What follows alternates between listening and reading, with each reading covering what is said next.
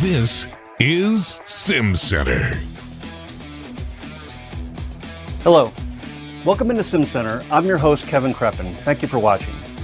Now here on SimCenter, we're going to be focusing on GS Pro and the Simulator Golf Tour. Now, there's a lot that goes on behind the scenes to bring these products that we use every day, that we play tournaments, compete, the website, the Discord channel. So what we want to do here on SimCenter is to spotlight the different players that are in our industry that bring these products to us.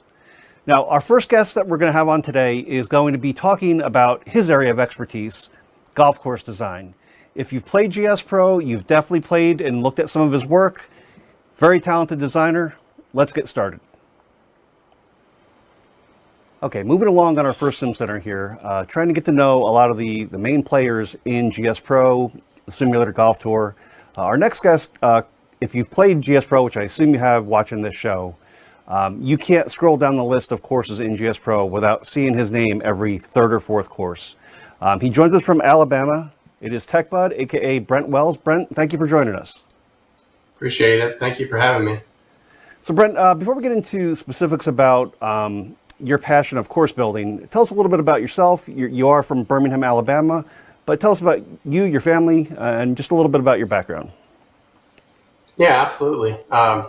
So I kind of grew up in the golf business, started there, got into IT, and moved to Birmingham. Been in the IT business for nearly 25 years, and then I kind of jumped ship, started designing courses for about the last 5. Married, 3 wonderful kids, one in college, high school, and middle school. So I've kind of got all the bases covered. So going from trying to get into the golf business initially, I think, as we all probably know or have learned, it's not as glamorous as we would think. It's not all about playing golf all the time. It's very much a business. So is that a big reason why you realized, like the rest of us, well, I got to get kind of a real job and take care of a family that way? Is that sort of the background there? Yeah, absolutely. I spent about 3 or 4 years in the business, and pretty quickly decided that I didn't want to sell shirts to old ladies behind a counter. I did really enjoy giving lessons. That was the one thing I really liked, and obviously I loved golf. For golf, I wanted to be a golfer, not necessarily a golf worker. And then eventually just decided to move along. Yeah. So about 5 years ago, reading your bio on your website, indoorgolfers.com, that's the website, correct? Mm-hmm. So your bio, you talked a little bit about 5 years ago, something happened that sort of sparked this interest. Tell us a little bit about that. Yeah, absolutely. So I got my first pseudo launch monitor, a mat, a net, and a little portable device, and started hitting shots in my backyard. And that quickly turned into, I didn't like having to go to the backyard, and I got an iPad and connected it, and then I had a projector out there, and that moved into the garage. And as you've seen, this is kind of how things work with indoor golf, right? You start small and things quickly ramp up, and within a year, I'm hitting drivers in my garage, playing my first game on a PC. Yeah, and although, as we all know, it starts out as a hobby and quickly grows to how elaborate you want to make it. But at the same time, even though it's an investment up front, I mainly play indoor golf now, and I don't really have to spend the $50 or $100 on a round of golf. I still love playing golf outdoors, but the beauty of being able to just go in your garage or your basement and play a round of golf is incredible. And part of that, and a big part of that, is the course design. So let's get into a little bit about the courses that you do. I think on your website, you're over 40 now, 40 plus courses. Some of the more notable ones: Olympic Club, Farm Links, which is a really enjoyable course, Terra Edie, fairly recent, Royal Dornoch, East Lake, Whistling Straits, just to name a few. We're going to put up a full screen that has some of the more notable courses. But tell us a little bit about your philosophy with course design, how you maybe started getting into that. It's fairly complex, but approachable now with the tools that we have. No, absolutely. I love art, and I love technology, obviously, and third, I love golf. So it was just kind of a natural fit. And to be honest, the first time I built a course, which was years ago, 5 years ago, FarmLinks. FarmLinks I picked because it has tremendous elevation changes. It has a hole that's like 200 feet from tee to green down. And, I wanted to see how accurate this software could actually make that shot, that specific shot. And when I built it and actually was able to play that shot, and it was actually 200 feet down, I was blown away. And I knew that I was just sold. Like I couldn't stop. I couldn't put it down. So I'm just now starting to get into some of the Greenskeeper, GS Pro, all the tools that have been developed to make courses. I'm quickly seeing how involved it is. So for somebody like you that has experienced making courses, take us through a little bit of the process and maybe the time frame for anybody interested in getting involved in course design. What are they in for? How much time does it really take? Because I know it's fairly significant. Yeah, if you're planning on doing like a single course, like your home course, the first thing you have to do is there's a bunch of tutorial videos that have been put together on the new software. You really need to go watch those videos probably 2 or 3 or 4 times over.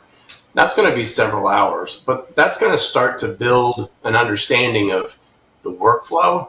And without that, if you just jump in, it's kind of like trying to do geometry without understanding basic math. Like you need to build that understanding up from the ground up. A lot of us didn't do that in the beginning. With the new tools, though, if you start that way, if you start, learn what Unity is, learn what Inkscape is, what a vector object is, and then, understand a little bit about Blender. You don't have to know a ton about Blender, but the fact that you're creating 3D objects that you're then layering on top of an underlying terrain, you need to have like a general understanding of what these different pieces do, and then just get started. Just go. Your first course isn't going to be very good, just like my first course wasn't very good. In fact, I'd love to go back and rebuild FarmLinks right now if I could. But it's not going to be great, and that's fine. But the tools are making it so that you're actually seeing now some people putting out, even their first couple courses are turning out really good. And there's a lot of people that are there to help, and I think that's a big part of it. There's a nice community that's been built within the OPCD software that's really growing, and they're just helping each other tremendously, and it's really fun to see. Yeah, and you say OPCD, that's Open Platform Course Design, correct? That's the software developed by our community. We're going to talk to some of the people that have helped develop those tools. But one thing I find fascinating with, you're in Alabama. I assume you either have not been to Australia a lot, or if you have, maybe once. But the fact that you can use tools that are on the internet, the GIS, the elevation plans, with Google Earth or similar type products, and make a course in Australia. Just explain that to me, how you can get the level of detail by the tools that are online. It's really amazing, and that's why I got into it. The concept blew me away. The first time I developed a course was actually on a completely different platform, the platform that shall not be named, and there was no real way. Like, you had to build the hills and the terrain and map everything yourself. And then you could take a look at some pictures. Well, the first course that I ever did on that particular environment was a course I was very familiar with. I played it as a kid a ton, and I just wanted to see if I could, create something. And so I did, and I created something, and it's out there in the other environment, but it's not it's pretty lousy, and it's not accurate. But then I ran across, these other software packages, and the ability to take that accurate LiDAR terrain mapping, which could be, as accurate as a few centimeters, and then layer a Google image on top of it and start to, trace, okay, here's a bunker, and here's a green, and here's a fairway. You can pretty much get any course as accurate as anyone would ever know. Let's just put it that way. By using the tools that are out there. And let's face it, there's a lot of drone videos these days, and that helps a ton. If you can find a course that has drone videos, you can really take a lot of time, make courses extremely accurate. It's super fun. Yeah, and I used to work in TV as a director, but now I actually have a drone company in Charlotte, and that's something I'm looking to get into, is drone video for the courses. But having a course that's fun and playable and looks great doesn't necessarily mean it's completely accurate. Like, there might be a tree that slightly overhangs a fairway or a tee box. So when you make a course and you find new information, do you go back and then tweak a tree or make it a little bigger, smaller? Like, how are you obsessed with making it completely real to life, or a fun course to play that looks good? I would say I'm a 90% guy. And I learned this a long time ago, as kind of a home theater buff. You can get an incredible home theater experience, that 90% home theater experience, for X number of dollars, for like a median number of dollars. To get to 100%, it requires a fortune. And so for me, the courses that we play, I try to get them to 90%. Now, some of them are going to be a little more accurate and some of them a little less. But, if the tree isn't exact, the tree isn't exact. And, I'm not going to stress about it. I'm not a real OCD person. I would rather have 5 courses at 90 to 95% than, one course at 98%. And that's just kind of how I work. And that's why I've been able to generate and create as many courses as I have. Yeah, and 90%, that's what my wife tries to remind me. Don't make perfect the enemy of the good. Or in this case, most of the courses I would say great. So we appreciate all the work you've done and the rest of the designers have done to have these amazing courses for us to play. Do you have any projects coming up that you're nearing completion, or you know what, let me back up a little bit. What's your process as far as designing? Do you go through and do all the Inkscape first for the whole course, or do you just the front 9 and then back 9? Do you try to avoid doing things that are so monotonous that you get burned out? Do you try to break it up, or what's your process? No, I Inkscape the entire course first. I try to get that portion of it as accurate as I can. I then move that into Blender, get all the 3D meshes created. I take the Inkscape file, I slide that on top of the course, and I smooth a lot. And that's, if there's one kind of missing piece that I see on a lot of the courses, it's smoothing. And it's something that, there's some of these things just, they jump out at me when I'm looking at other courses. That's like, I can't unsee it. I smooth a lot. I smooth, all the tee boxes to level. Terra Edie maybe being an exception, because the tee boxes there, they don't actually have tee boxes, which I found was very strange. That from what I've heard, you just drop a ball like literally somewhere each day, and that's where the tee box is that day. So I didn't put tee boxes in there. You're basically hitting from the fairway. But I smooth a ton, and I drop the meshes into Unity. Then I add all the trees. Then I add all the grass. And there may be, I always have to kind of go back and forth a little bit. I was working on a course this morning, and, I missed, a couple items in the Inkscape. So I had to go all the way back to Inkscape. And I generally create them to where I can quickly go back into Inkscape, move into Blender, move back into Unity, delete the meshes, add the meshes, and move forward.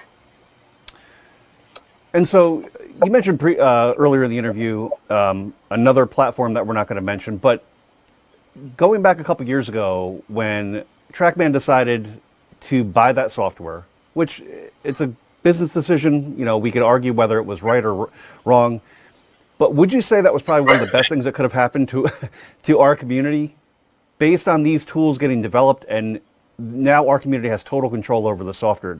I mean, it was painful. It was sort of shocking, but 2 years forward now, where we're at now, do you look at it being a good thing?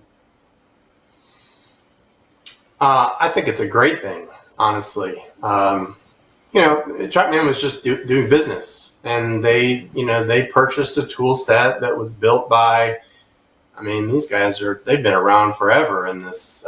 Going back to Lynx days. Lynx, Microsoft exactly. Lynx, yeah. So, I get it. It was a business decision, and they honestly probably gave us, they gave us a year. Right. So they probably gave us more than, they even they had to. And that was, I'm sure, part of the agreement, because I know the Lynx guys are golfers and I'm sure they felt bad, for the situation. But the truth of the matter is now we have an open platform that, has an API, and now we have all of these integrations that are coming in to our software. And all that's going to do is just continue to drive business to the software, which is going to make the software better, which is going to provide more opportunities for the designers. And you've got this wonderful community that's like not having to work for a corporation and make sure that everything they do is justified by the bottom line. And, we can be very flexible with the testing. So you'll see, they push out updates to our software like no other software I've ever been a part of. Now, along the way, they may make some mistakes, but they fix them that fast.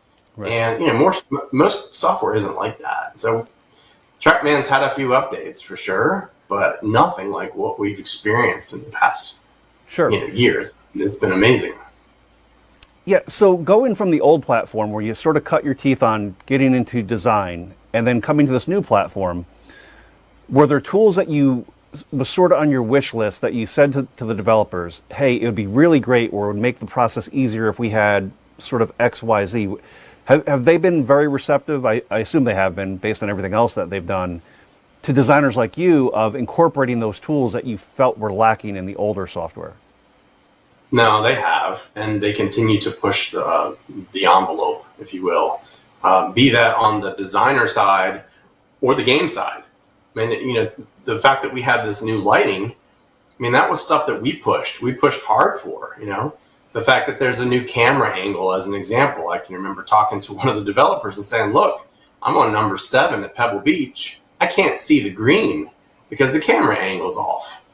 And here we are, we have an updated camera angle, and now we can see the green. So, I didn't have that. I couldn't have gone to, the guys at Lynx. I couldn't go to TrackMan and say, hey, we need this, camera angle change. There's no way. It just wouldn't happen.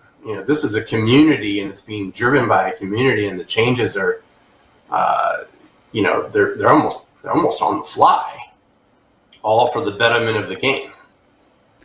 Yeah, absolutely. And for somebody like me that's just starting to dip my toe in the water of designing, I haven't even gotten through all the tutorials yet. I'm hoping to do that once this first show launches. But is it fair to say, or is it a good approach for somebody like me or somebody looking to get into design to get through the Inkscape and get to a point where you can actually export whatever the process is into GS Pro to see if it's playable, and then do all your terrain? Or what's you've done so many courses now that I'm sure your process is very different, but somebody that's brand new, how would you say to them to approach their first course, get it all to completion, or are there stages to testing the course out? No, I think you should, if you're just getting started with your first course, build one hole. I would say build one hole, get you're going to have the terrain already there. Go through the process for one hole, smooth it, and make one hole nice, and get it working. You basically surround the hole with an out of bounds line, add any hazards, add the tees and pins for the one hole, and now you can play that one hole in the game. And then you'll be like, okay, I got this. I understand conceptually how the pieces fit now and how I got from A to Z, and then move on to maybe the front 9. And I think maybe some people do it hole by hole. I would say once you get one hole working, you'll understand it well enough to go ahead and get your front 9 laid out. Go through the front 9, make sure that looks fine. I wouldn't be necessarily tweaking all the trees and adding all the grass. You could always do that later, but some of it is fairly complex, especially if you plan on using Vegetation Studio.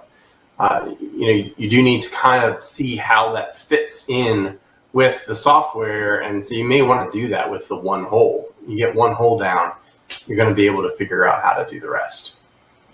And then everybody on Discord is just phenomenal with any questions about GS Pro. So I'm going to guess that basically if somebody does their 1 or 2 holes that they do, experienced designers like yourself, do they present it and say, am I on the right track? What should I do to make things a little bit better? How does the feedback process work with a new designer? Yeah, absolutely. I would get it into the game, and then I would use the mouse or, put it in your sim and play it. Make sure that it's playable. Make sure things like the fairway are actually, one thing that's missed all the time. You'll have multiple terrains, and the collider will be marked on a secondary terrain, and so you'll end up right in the middle of the fairway, and the ball won't roll because it actually says that you're on wood, which means that you're on the collider associated with a separate terrain. So stuff like that is easy for like the community to understand and fix for you.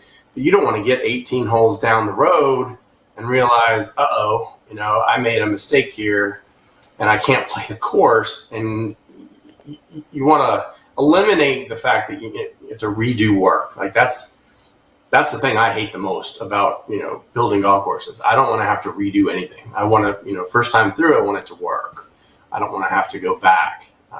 So that's why I definitely say get one hole out there, get it playable. If you have issues, just take them to the community. They will help you. I've seen people connect to people's, PCs and help them, in Unity. It happens all the time.